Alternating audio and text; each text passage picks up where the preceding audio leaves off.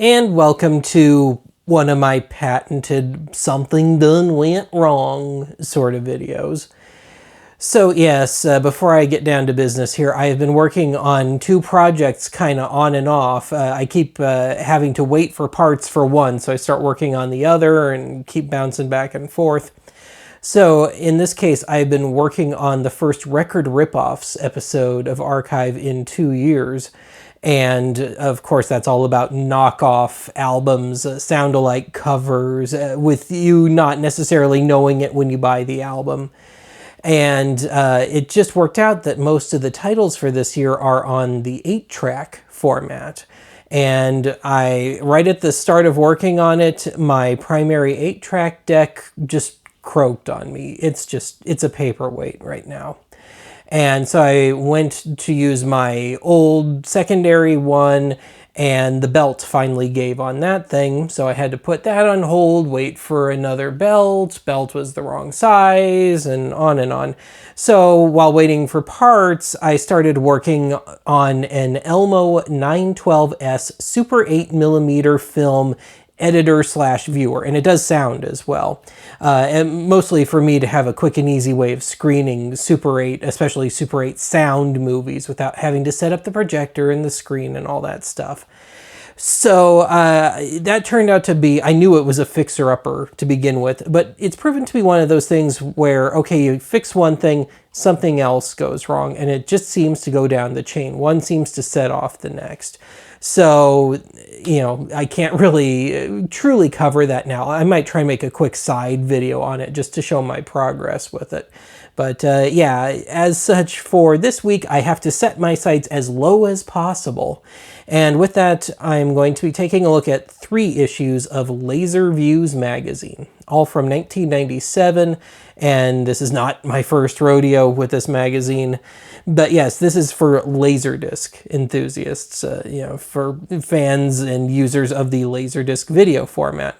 Now, of course, the significance of 1997 here is, here in North America at least, that's the year that DVD dropped, in March, if I'm not mistaken.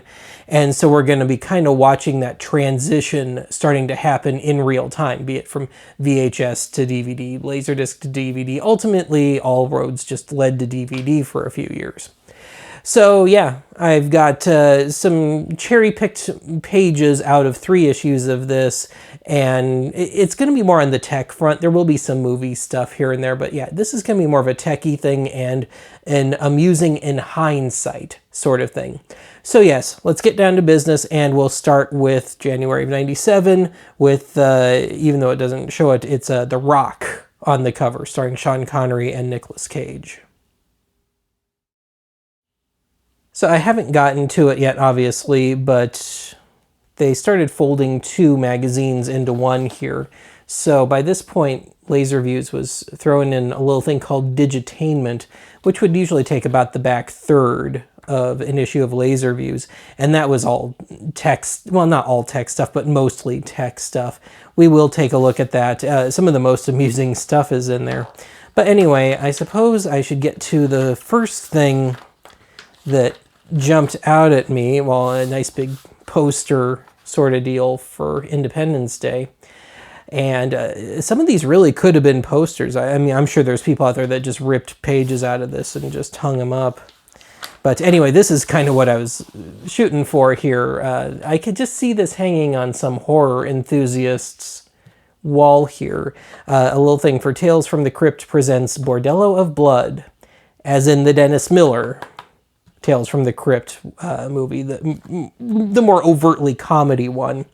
But I guess as a side note here, we've got a review of Thunderball, James Bond here, and I am not a huge Bond enthusiast. I've seen all the big ones, certainly. I think I've seen all the 60s, 70s, 80s, 90s Bond films at this point. But from what I've heard, this round of Laserdiscs happening in the mid to late 90s was the last time before the movies started getting tampered with. I don't know how true that is, but I have heard that. All right, I'm going to lose some serious cred for this one, but I have yet to see Brazil all the way through. Terry Gilliam, Brazil. I've seen all the, famous parts of the movie, and I've seen, like Nostalgia Critic's review of it and stuff. But it's one of those movies I've just never gotten around to for whatever crazy reason. I've seen all the famous parts of it, but I've never seen any cut of it all the way through. But when I was reading this, it had gotten the 5-disc deluxe treatment from Criterion. Otherwise, this is another thing I have to admit here, The Craft. I saw it not long after it came out, and I misinterpreted that movie. I thought it was a comedy. I genuinely thought it was supposed to be funny. I guess maybe in some sort of dark way, but I didn't realize that it was really meant to be a fairly straight horror movie, or maybe a bit of a drama. So a big time fail on my part there. Well, since we're doing kind of horror-ish stuff here, we've got a review for, and I've seen these things before, but I'm specifically looking at MGM Horror Classics here. Now, they don't provide any of the artwork here, but there was definitely this period during the 90s where MGM was taking movies that I guess they thought wouldn't necessarily sell on their own, but they would take, in some cases, kind of disparate movies and put them together on box sets. And that's what they were doing here. So in this case, we've got, we do have a photo from Mad Love, Peter Lorre. But here they're mashing together The Mask of Fu Manchu, Mark of the Vampire, and a couple others. Well, I would say this is the Titanic of Laserdiscs, Jurassic Park, because it's got to be the most common Laserdisc title out there. But I suppose if you really want a copy of Jurassic Park on Laserdisc, I guess this is the one to go for, the DTS issue, when you're starting to get DTS audio tracks on some Laserdiscs and paying a good bit extra for the privilege. Having said that, I have the plain issue of Jurassic Park on Laserdisc. I've never owned it on any other format, come to think of it. I've never owned it on VHS or DVD or anything. Anyway, we are up to Digitainment here. They'd use the same basic cover every time. But when I was going through this, I was mentioning DTS there with Jurassic Park. We were kind of trying to foresee DTS becoming commonplace in people's home theater systems. And in this case, they were talking about the first round of DTS, it might not be readable here, but DTS audio releases. And this would have been 5 or 6 years later, I think. But one of those initial titles was the Allman Brothers at Fillmore East. And when I got it, I found it used. I figured, oh man, this is going to blow me away, because I had a DTS receiver by that point. And it was quite literally the old quadraphonic 4-channel mix just plopped onto a DVD DTS audio disc. So that was a bit of a disappointment. I guess if you like the sound of Dickie Betts standing, off to your side, maybe it's cool. And it uses some different edits from the main performances there. But yeah, when I think of like early DTS and especially the audio stuff, that's kind of what I think of. Anyway, I was trying to lead up to this. I did a Ben's junk on this just in the last couple of years here for the New Reality SRS Vivid 3D. So this is kind of the final edition of mono reprocessed for stereo sort of generator, for lack of a better term. But here we're trying to fudge, instead of mono to stereo, which you can do with it, you can fudge 2 channels, left and right audio, to some kind of mock surround. And if you saw that Ben's junk, I wasn't super thrilled with it. I think it would have been more useful, and I think most people did ultimately use it as a way of kind of fudging a pseudo surround sound on their gaming PCs, so on their computers instead of in their home theaters, or even just running the TV through a stereo. Anyway, they always have the list of movies that have come out or they are announcing coming out. But one thing I was noticing here, if you look at the dates, let's see if I can find some that are real good and clear here. So this whole bank of 3 right at the tip of my finger there are slated for December 31st, 1997. And I noticed in some cases I was kind of going, I didn't know that it had ever been on Laserdisc, and I started looking it up, and no, a lot of these that show December 31st, 1997 for a release date just simply never came to pass. But anyway, I think that might have been it for that one, yes. So let's jump to the next one. And we're moving on to April of 97 here. So we got John Travolta, Phenomenon on the cover. And by this point, DVDs had hit the market, at least in parts of the US. I was not aware of this at the time. I kind of knew about March being generally considered when DVD hit North America. But yeah, it looks like there was a bit of a rollout going on. But we'll get to that when we get towards the back here. But anyway, this one is, I'm going to call this particular issue kind of the loser of the lot, because it seems like there wasn't a whole lot shaken in this one. A rather amusing poster-styled ad for the Laserdisc issue, final Laserdisc issue of the Poseidon Adventure, which I consider kind of a camp movie, but I suppose it is the one that started the whole disaster film trend in the 70s. But man, they were trying to modernize this, weren't they? That oh-so 90s kind of conspiracy theory typewriter font going on there. Yeah. I saw this on TV probably not long after this issue hit the stands. I didn't know about this magazine till years later, but I remember taping it on a subsequent airing at some point. I guess maybe I thought one of the gals was cute, because I just remember the movie being kind of a schlock fest. Well, here's kind of an amusing early big spread for DVDs from Panasonic in this case. And yeah, you can hold the movie in your hand. It's the same size and same chemical makeup as a CD, I suppose. But hey, did you know that you can get 3D holographic images off your DVD, huh? And specifically just this one movie, of course. But yeah, I just find it kind of amusing that they were playing a bit into the hyperbole with that image there. And then we got to show it a second time on the TV just so you know, oh wait, it's just the movie. No, it's not that realistic. But yeah, it's been a very long time since I've seen a Panasonic machine like that. All right, so we are in the digitainment section again here. And this is what was my kind of little learning moment here. So this is talking about DVDs getting their release in North America. And gee, I think they might have had a little thing going with MGM here, all MGM titles. And if you've trolled the thrift store bins enough, I think we've all seen these issues of these movies several times over.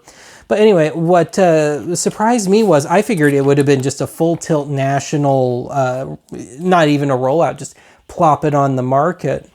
But if you read over here, kind of where my finger is running, no, it started only in seven cities, excuse me, and then it rolled out from there.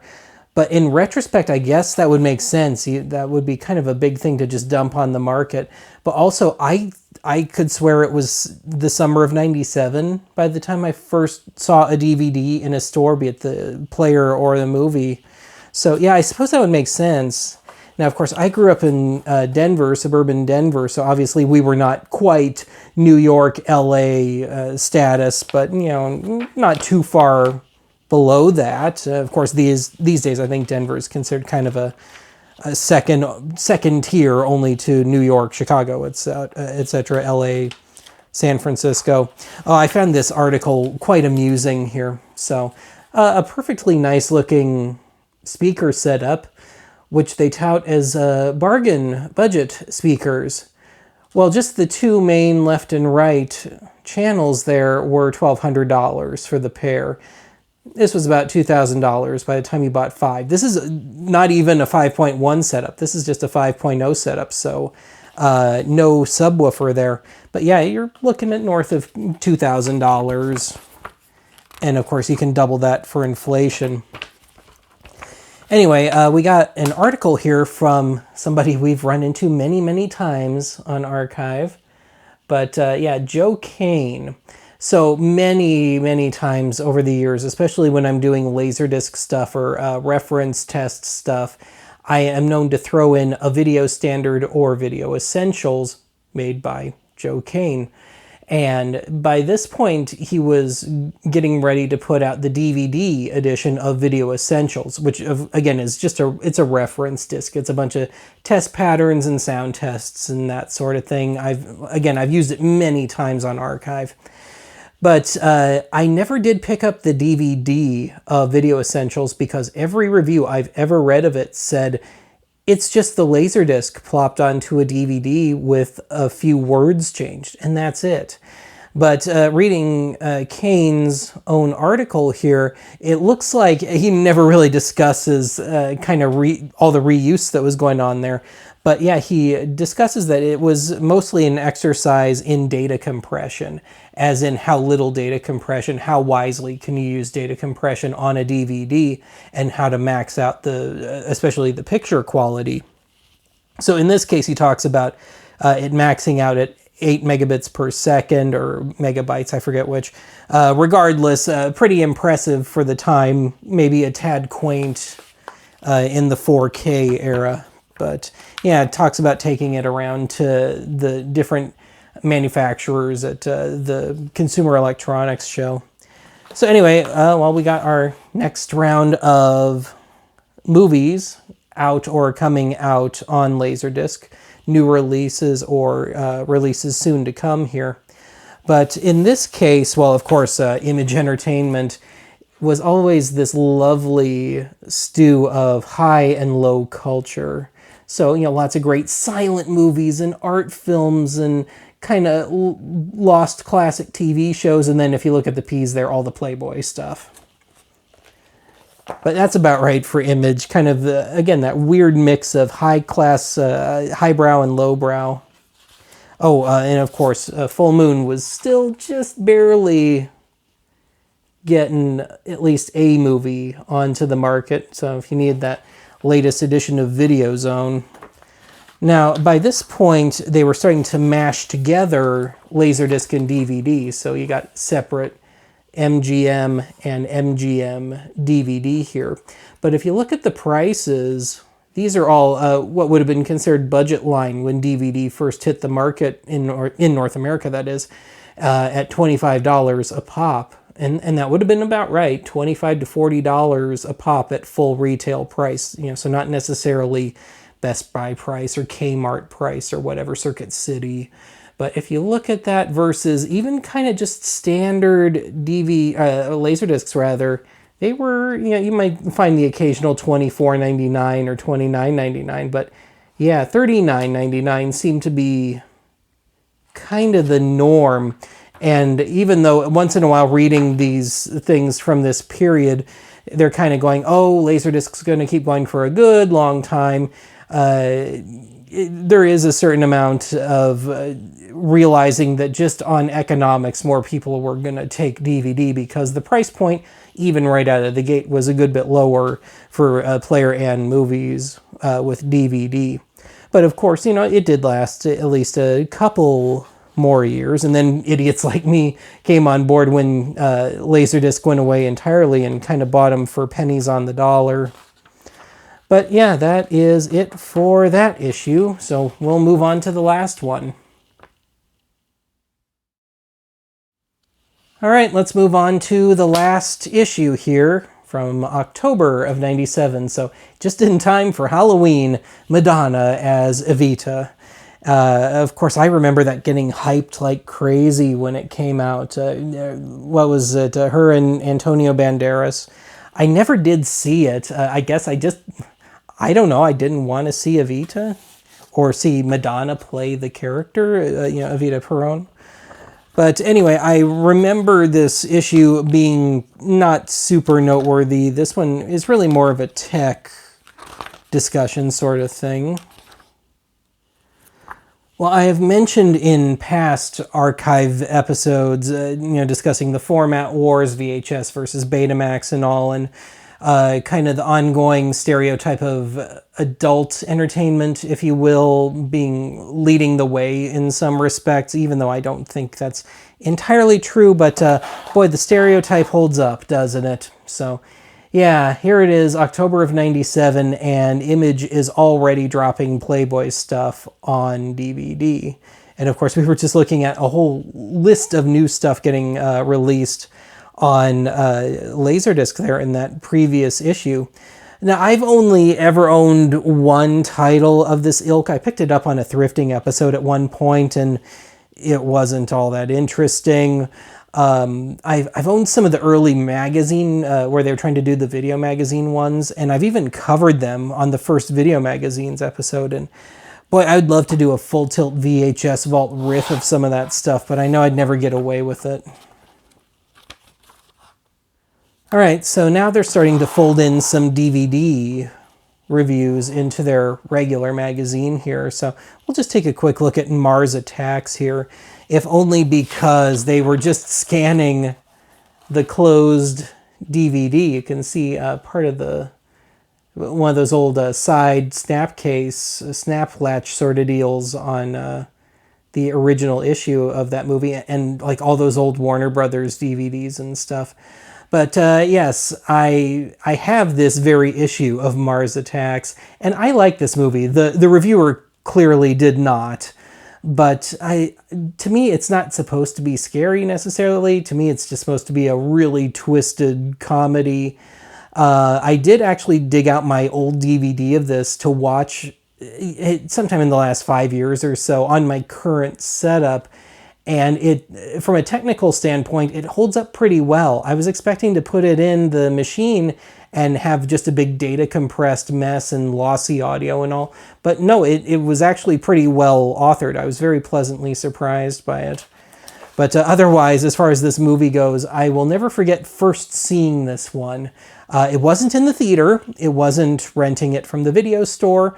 It was on vacation with my parents in the hotel room on pay-per-view. The only time I've ever done hotel pay-per-view. And boy, did my parents not like this movie. But I have a definite soft spot for it. All right, just briefly, we're into the digitainment section here. And we've got a little run of reviews from RCA, or of RCA products, 2 of their DVD players and an AV receiver. And amusingly, the AV receiver does not have Dolby Digital or DTS built in, but at the same time, they're pushing their first DVD players, and those things were, at the very least, Dolby Digital capable. But yeah, for whatever reason, they opted to not put it into their AV receiver. And I think a lot of people forget on these early DVD players, it was composite out and S-video out. And some real cheapy ones, I think, were only composite. But yeah, they're kind of talking about in here, lamenting not having component output on DVD players. And I didn't even know what component was back then. And when I've looked at old DVD players in thrift stores and stuff, I don't think they started putting that stuff on till a good bit, not a good bit later, but later enough. Oh, this is just an amusing little side thing here. Not movie related at all, but yes, the internet, the early internet. I don't remember Qualcomm at all, but I definitely remember CNET downloads.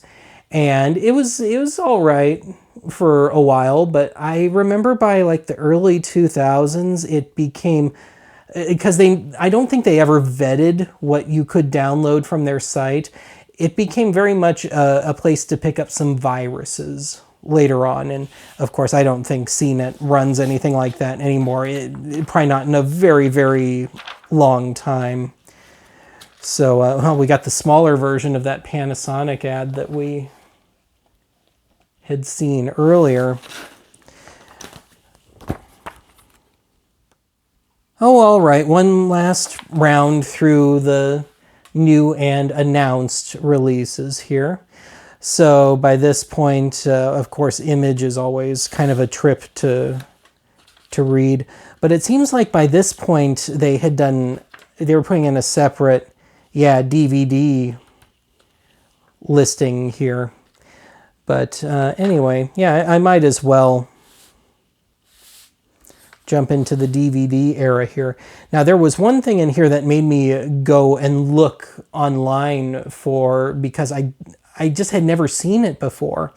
So if I go to Sony here, it lists Pink Floyd's Pulse concert from 1994, and it came out on home video in 95. But it shows it here being slated for a DVD release at the end of 1997. And I remember I bought that when I was a teenager on VHS and wanting it on DVD. DVDs were already out by then, but I could never find it on DVD. And that's because it hadn't come out on the format. And so I had to look to see if there was some like short run, obscure little issue of that concert on DVD in 97. And nope. So one more thing that just didn't happen here. So a lot of this was so speculative. But I distinctly remember when Pulse came out on DVD, it would have been 2006. I had heard about it ahead of time. I had put in a pre-order, a reserve order at Best Buy because it came with a free poster if you did Best Buy. I've still got that poster somewhere. But I remember going to pick it up, and on the same day I was going to pick it up, I heard that Syd Barrett had died, the founder of Pink Floyd. Anyway, on a very different note, we got the first round of Scimitar titles, and it is so crazy rare I see Scimitar DVDs out there, to the point where it's kind of like if I do see it, I just kind of pick it up just out of sheer novelty more than anything else. But otherwise, I think that was it for that one. So I'm going to go ahead and wrap it up here. I know the stakes were extremely low this time, but hopefully this was at least half entertaining stroll through the transition era from VHS to DVD, Laserdisc to DVD. Otherwise, I'm going to get back to my other ongoing projects here. I will talk to you again later. I'd say we're still a couple weeks out from record ripoffs.